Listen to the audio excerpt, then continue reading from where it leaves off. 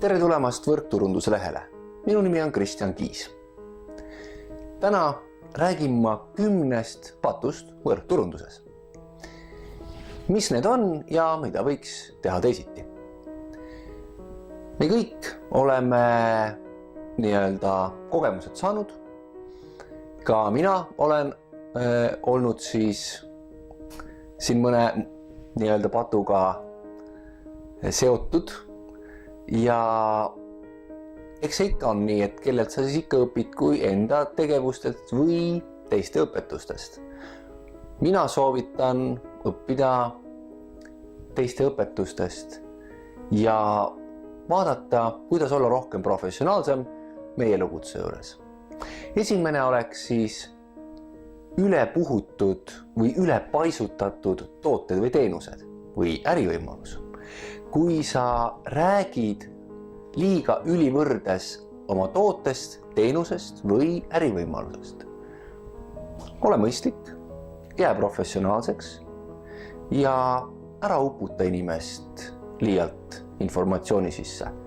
Anna talle natukene ja vajadusel kohtu mitmeid kordi. Teine oleks siis, kui sa valetad oma sissetuleku üle, kui sa liialdad sellega. Või ka siis, kui sa näed, et keegi teine seda teeb ja sa otsustad vaikida. Räägid negatiivselt teiste kohta. Räägid negatiivselt teiste võrkturundusettevõtete kohta, teiste toodete kohta. Halvustad teisi tooteid, teiste tegemisi, teiste ettevõtteid, teiste meeskondi. See ei ole hea. Mida sa saad teha, on tuua välja eelised oma toote kohta, oma meeskonna kohta, oma ettevõtte kohta, oma võrkturundusäri kohta. Ole professionaalne. Ära halvusta teisi, mis iganes nad ei ole teinud. Jää sina professionaalseks. 4. Järjekindlus. Sa lubad inimestele, et sa teed midagi, siis sa tegutsed selle nimel või selle eesmärgi suunas natukene ja siis kaod ära.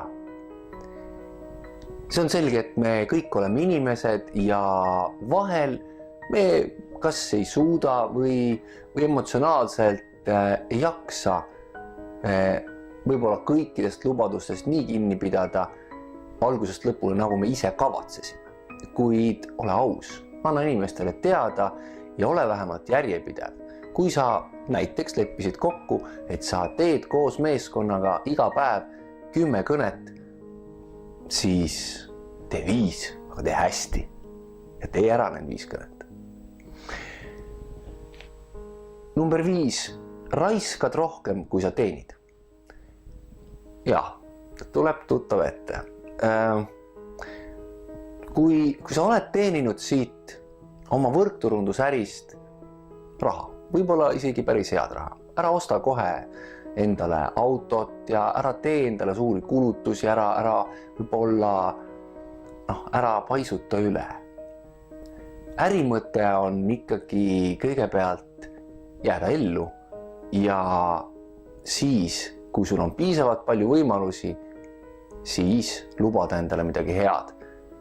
Ja kuid paljud, mida ma olen näinud, mida tehakse, on see, et ka minu puhul esimesed rahad kipuvad alati minema natukene liiga kiiresti käest. Number 6. Varastad või lööd üle kellegi teise partneri.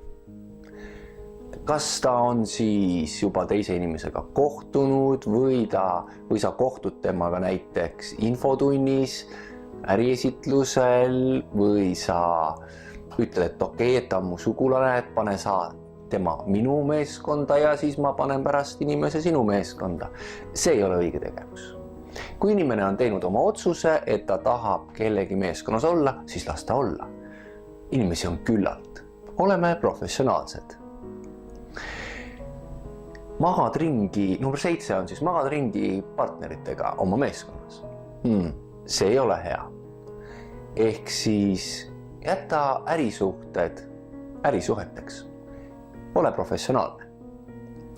number 8, avalikult purjus olemine või siis sõltuvuses olemine. Loomulikult on väike naps alati lubatud, kui selleks on aeg õige ja selline lõõgastusmõte kuid kui sa oled oma meeskonna ees ja sa oled näiteks suurel seminaril või väljasõidul, siis ole viisakas. Keegi ei taha ju järgida inimest, saate ju ise aru. Number 9, et sa oled superstaar, sa oled klammerdunud nii-öelda lavalaudadele. Ehk sa tahad kõik esitlused ise ära teha. Sa tahad olla alati see, kes teeb esitusi, kuna sina ju oskad seda kõige paremini. Kuid kuhu jääb siis duplikatsioon? Kuhu jääb kopeerimine? Kuhu jääb see, et sinu meeskond saab ise areneda? Lase oma meeskonnal areneda, usalda neid. Lase neil tegutseda, kuid ole kõrval ja aita neid. Number 10. Edukoomas olemine. Vot see on huvitav. Ka mina olen seal olnud ja ütlen, et tean ka inimesi, kes praegu edukoomas viibivad. Kuid see on iga inimese enda asi seda ära tunda ja sellest aru saada. See tähendab seda, kui sa oled saavutanud mingi taseme või sa oled jõudnud kuhugi oma võrkturundusäris ja nüüd sa tunned, kuidas kõik justkui läheb. Kõik läheb hästi, kõik toimub nii, nagu sa soovid. Ja nüüd sa tõmbud tagasi. Sa hakkad inimesi nii-öelda, kuidas on hea sõna? Sa hakkad inimesi juhtima, mitte sa ei ole nendele eeskujuks. Meie asi ei ole inimesi nii-öelda juhtida. Meie asi on olla eeskujuks. Minna ja näidata teed, teha ise kaasa. Kui sina hakkad juhtima, mis toimub sinu meeskonnas? Ka sinu meeskond vaatab, et juhitakse. Kuule, äkki see on õige, hakkame ka kõik juhtima. Kuid kes teeb siis tööd? Mõtle neile 10 patule võrkturunduses. Võib-olla on su siit midagi õppida. Minu soov oleks see, et kommenteerige siia video alla. Mis mõtteid teil tekkis? Kas teie olete mõne punktiga nii-öelda kaasa läinud? Ja kui teile see video meeldis, vajutage like nuppu. Jagage seda oma sõpradega. Ja andke ka teada, kuidas meeldib see uudsem videoformaat teile, kus on taustamuusika ja kus üleval siin ääres on väiksed märksõnad, mida võiks igast videost meelde jätta.